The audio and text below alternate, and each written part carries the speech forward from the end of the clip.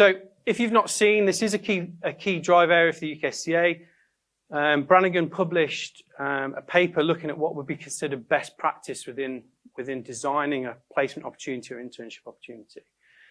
First one is it government guideline compliance? Does your intern class as a placement, as a worker, should they be paid minimum wage? Those are obviously key considerations, and people will fall foul of that because they are open to inspection. Is it empowering? Does it add value to you as an intern and to the organisation in itself? If everyone buys into that process, it becomes rewarding for both entities. Does it have someone in place to support it? Is there a person that's doing appraisals, monitoring, keeping paperwork? Is the individual inducted into the organisation the same way a normal person would be? Are they introduced to the team? Do they go to team meetings? Are they part of the regular CPD that you have within your clubs? Do you keep formal records? Are they able to show their value? Are they able to demonstrate it within the team? And then when they do leave and move on, are they shown where they've progressed from to and where their journey needs to go next to improve further? So at the University of Derby, we have a Masters by Research, and that lends itself quite nicely to the opportunity we're going to talk about today. We have a 180 credit total Masters, and 80 credits of that make up the independent research project. For those of you who are doing, so your thesis, essentially.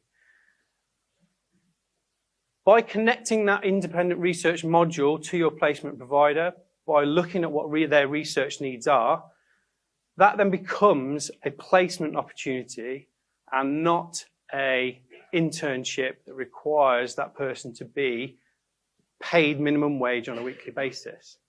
That doesn't get you off the hook. It's not free labour. We'll come back to that in a second. The university obviously then also provides a lead for that course, a lead liaison with the clubs, which is me, and then the staff team to be able to supervise those projects and make sure that they're robust in their methodology to deliver something meaningful to the club. We have the placement provider. They have to have a specific research question. That's really important because they need to buy into, I need something out of this. We'll have a look at some of those examples later on. They have to provide the funding for the student, so they pay the fees as a bursary.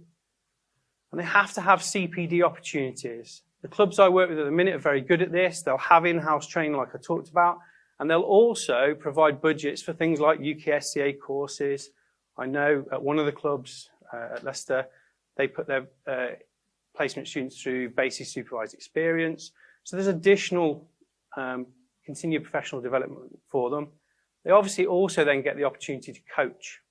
They get to go in and actually work with the athletes and develop those soft skills, develop the ability to actually stand in front of an athlete and engage with them. And then the student. We only accept students who have an undergraduate. So if you've already done a master's program, we get lots of people who try to apply for it that have already done a master's program. We don't see that as necessarily developmental on their journey. Also, if they've had significant internship experience before, so they've done a similarly long placement, we don't consider that they should be developed beyond where we want our coaches to be. They should have some coaching experience, and they should have some research experience, and that should come from their undergraduate program.